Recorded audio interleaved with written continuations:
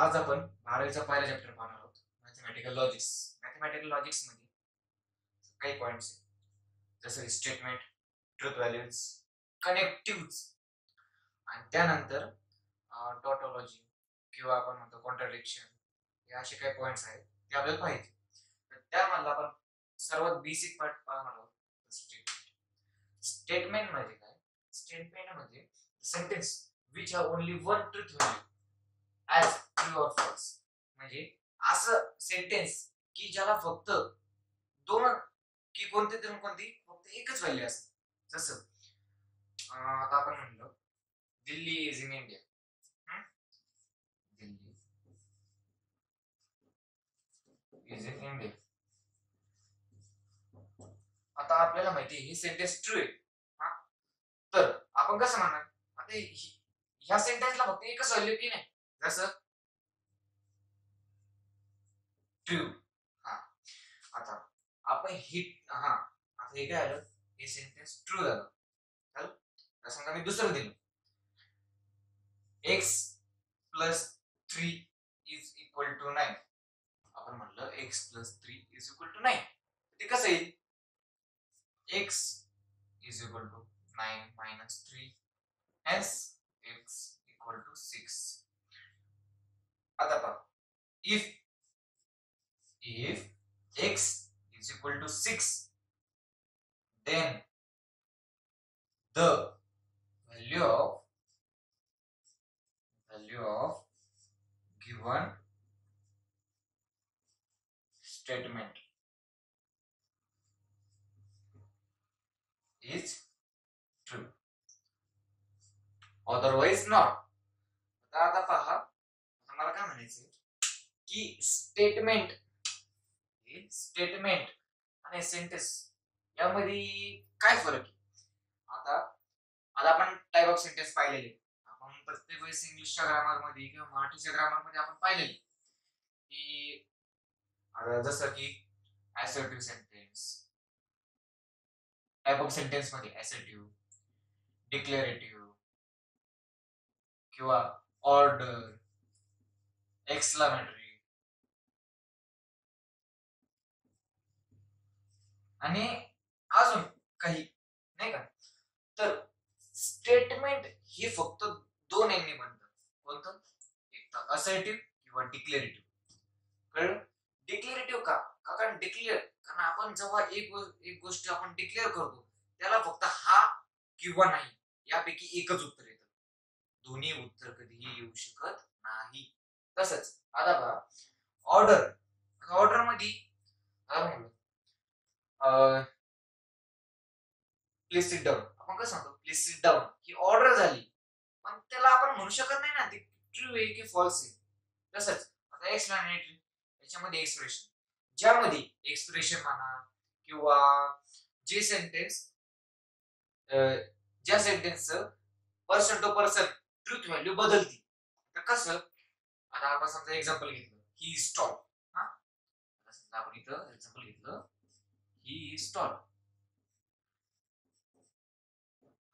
But हो, पण आपण सांगू शकत नाही ना की तो टॉल कोणापेक्षा. त्याची ट्रूथ व्हॅल्यू ह्या माणसापासून तर दुसऱ्या माणसापर्यंत बदललेली. तसंच आता आपण पाहिलं की टॉल आहे. टॉल म्हणजे कसं, समजा मी कोणापेक्षा उंच आहे आणि तो कोणापेक्षा उंच आहे, तर प्रत्येक वेळेस व्हॅल्यू बदलत जाते ना, ती माझ्यापाशीच नाही राहत ना. नाही, हा उंच आहे आणि याच्याकडेच व्हॅल्यू राहील असं कधी होत नाही ना. त्यामुळे हे स्टेटमेंट नाही. कळलं? म्हणजे ज्याची आपण ट्रूथ व्हॅल्यू डिक्लेअर करू शकत नाही ती सेंटेन्स स्टेटमेंट होऊ शकत नाही. आणि ह्या धड्यामध्ये मॅथमॅटिकल लॉजिक मध्ये स्टेटमेंट कळल्याशिवाय पुढचा चॅप्टर कळत नाही. आता आपण म्हणतो ट्रूथ व्हॅल्यूज. ट्रूथ व्हॅल्यूज ह्या फक्त टी आणि एफ ने डिनोट करतात. काय? टी आणि एफ. हे कसं, आता समजा आता गिव्हन स्टेटमेंट आहे. आता गिव्हन स्टेटमेंट आपण घेऊ समजा नाही का, समजा हेच घेऊ, x + 3 = 9. आता इथं व्हॅल्यू काय आली, x = 6 आली. If x = 6 then the value of given statement is true. True म्हणजे काय,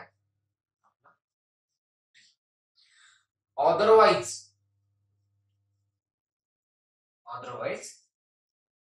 it is F. समजलं? म्हणजे F ही फॉल्स साठी, T ही ट्रू साठी. हा व्हिडिओ समजला असेल सांगा. आता पुढचा पार्ट आपल्याला घ्यायचा आहे तो कनेक्टिव्हचा. टाइप्स ऑफ कनेक्टिव्हच्या आधी आपण एक पार्ट पाहू की जेव्हा पण आपल्याला दोन स्टेटमेंट दिले असतील, सिंपल स्टेटमेंट नाही का, समजा school is closed, today is holiday. आपल्याला दोन स्टेटमेंट दिले. School is closed, there is a holiday. जेव्हा पण आपल्याला दोन स्टेटमेंट दिले असतील त्यावेळेस त्या दोन स्टेटमेंटला आपण जसं ट्रूला आपण टी म्हणलो होतो आणि फॉल्सला एक म्हणलो होतो, तसंच फर्स्ट स्टेटमेंटला आपण पी म्हणू आणि क्यू. तुम्ही काही पण व्हेरिएबल पुट करू शकता. आपण कसं म्हणतो जनरली, आपण जनरल इक्वेशन कसं लिहितो, क्वाड्रॅटिक इक्वेशन ax² + bx+, तसंच आपण म्हणतो ना, तसे जनरल कॅरेक्टर्स की आपण ते मॅथमॅटिकल लॉजिक मध्ये वापरतो. समजलं? आता कंजंक्शन म्हणजे काय की असे दोन स्टेटमेंट पी क्यू हे काही कंजंक्शननी, जसं आपण शिकलेलो की ना, आपण ग्रामर शिकलोय की दोन सिंपल सेंटेन्स हे कॉम्प्लेक्स करण्यासाठी कोणत्या तरी कंजंक्शनने जोडले जातात. जसं if and then, if and only if किंवा अँड ऑर, तसं चालतं ना. तसंच म्हणजे कसं, आता समजा आता आपण म्हणलो राम अँड श्याम, आपण नाही शिकलो होतो राम अँड श्याम, तसंच हे अँड ऑर इफ देन असे काही कनेक्टिव्ह ज्यामुळं दोन स्टेटमेंट हे जोडले जातात, त्यापासून ही टाइप्स ऑफ कनेक्टिव्ह निर्माण झाले म्हणजे तयार झाले. कनेक्टिव्ह म्हणजे कसं की जे दोन सेंटेन्सला कनेक्ट करतात त्याला कनेक्टिव्ह म्हणतात. ठीक आहे. तर हे पाच टाइप आहेत: कंजंक्शन, डिसकंजंक्शन, कंडिशनल, बायोकंडिशनल आणि नेगेशन. तर हे पाच टाइप आहेत. तर आपण सिरियल वाइज पाहू. ठीक आहे.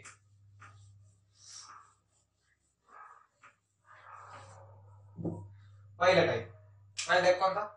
कंजंक्शन. आता जास्त काही खोलात जायची गरज नाही, सिंपल आहे नाही का. कंजंक्शन हे अँड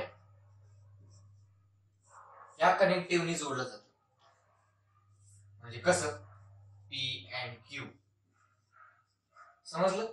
पी अँड क्यू दोन स्टेटमेंट म्हणलो मी, सेंटेन्स नाही, सेंटेन्सचं गोळ करू नका. काय म्हणलो मी? दोन statement P and Q, P आणि क्यू हे अँड नी जेव्हा जोडले जातात तेव्हा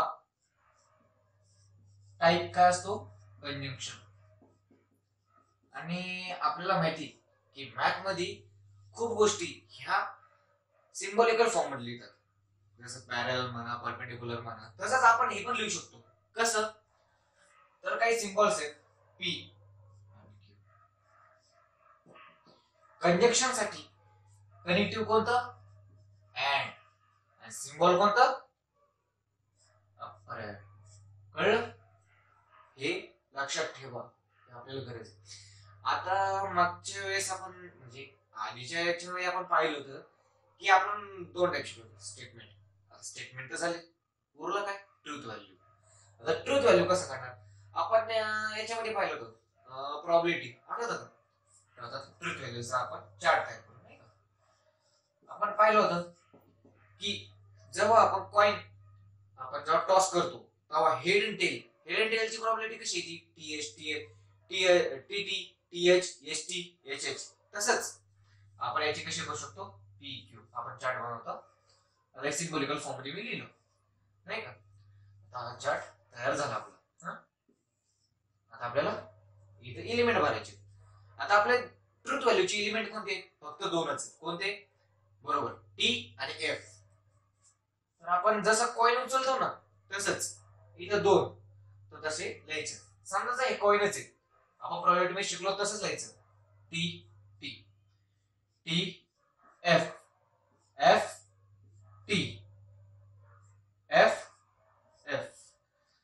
आणि ह्या यांच्या व्हॅल्यू आपल्याला गिवन आहेत, ह्या आपण बदलू शकत नाही.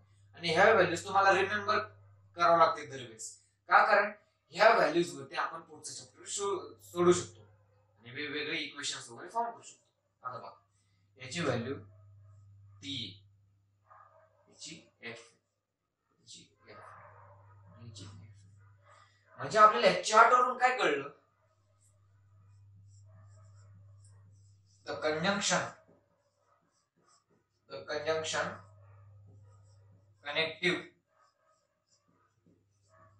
connective have true value T if and only if both are true. आता हे लक्षात ठेवा, जेव्हा दोन्ही पण ट्रू असेल, पी एंड क्यू दोन्ही स्टेटमेंट म्हणतोय मी, दोन्ही स्टेटमेंट जेव्हा ट्रू असेल तेव्हाच टी, नाहीतर सगळ्या वेळेस काय येतं? एफ येतं. हे सिंपल लॉजिक आहे, तुम्हाला लक्षात राहील. आता आपण दुसरा टाकू, कोणता? दिस कंजंक्शन. तुम्हाला कळलंच असेल दिस कंजंक्शन, तसं कंजंक्शनच्या उलट कोणता आहे? दिस कंजंक्शन. आता आपण कसं शिकलो होतो की कंजंक्शन मध्ये कोणते एलिमेंट असतात? अँड नी कनेक्ट होतात आणि सिम्बॉल काय आहे? पर. कळलं? तर आपण येतो दिस कंजंक्शन मध्ये दोन स्टेटमेंट, म्हणजे कोणतं? P end Q. हे स्टेटमेंट और हे जे कनेक्टिव्ह आहे, और ह्या और नी जोडले जातात. आता पाहू, ते असं रिप्रेझेंट केले जातात. हे कशामध्ये झालं? हे सेंटेन्स मध्ये. आता आपण सिम्बॉलिकल आपण शिकलो होतो. सिम्बॉलिकल मध्ये कसं करणार? याचा सिम्बॉल आहे, हो हा आहे सिम्बॉल. कोणता? आपण म्हणजे कळलं की दिस कंजंक्शन मध्ये कनेक्टिव्ह काय आहे? और. आणि सिम्बॉल आपल्याला याची खूप गरज पडणार आहे पुढे, लक्षात ठेवा. कारण तुम्हाला माहिती हे काही मॅथ मध्ये शस्त्र वापरल्याशिवाय पुढे काही करता येत नाही. त्याच्यामुळे फॉर्म्युला म्हणतो, सिम्बॉल म्हणतो. आता आपण नंतर काय बोलतो? स्टेटमेंट झालं, राहिलं काय? बरोबर, ट्रुथ व्हॅल्यू.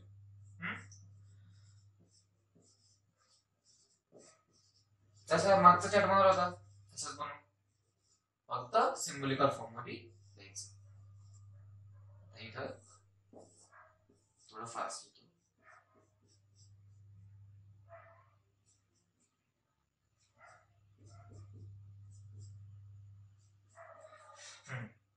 आता आपण मागच्या चॅट मध्ये काय म्हणलो होतो की आपण त्या व्हॅल्यूज चेंज करू शकत नाही. जसं आपण हेड टेल उचलतो, त्याच्यामध्ये एकदा हेड नाही तर टेल, पण आपण प्रोबॅबिलिटी समजा काढली तर आपण सांगू शकतो नाही हेच पार्टनर. कळलं? तसं आता दिस कंजंक्शन मध्ये जेव्हा दोन्ही ट्रू असतात, काय म्हणलो मी, लक्षात ठेवा, जेव्हा दोन्ही ट्रू असतात तेव्हा ट्रू. एक ट्रू एक फॉल्स तरी ट्रू, एक फॉल्स एक ट्रू तरी true.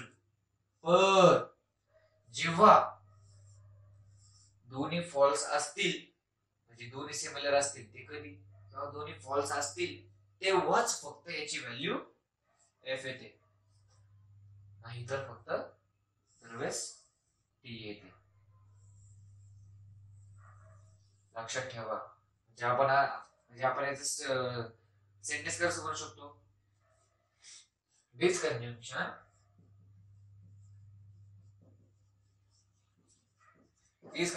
have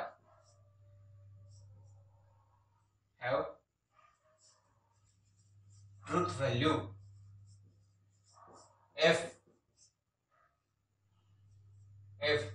if and only if both are false.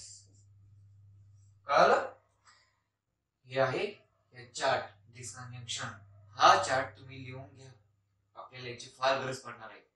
आणि हे चार्ट लक्षात राहून द्या किंवा पाठ करा.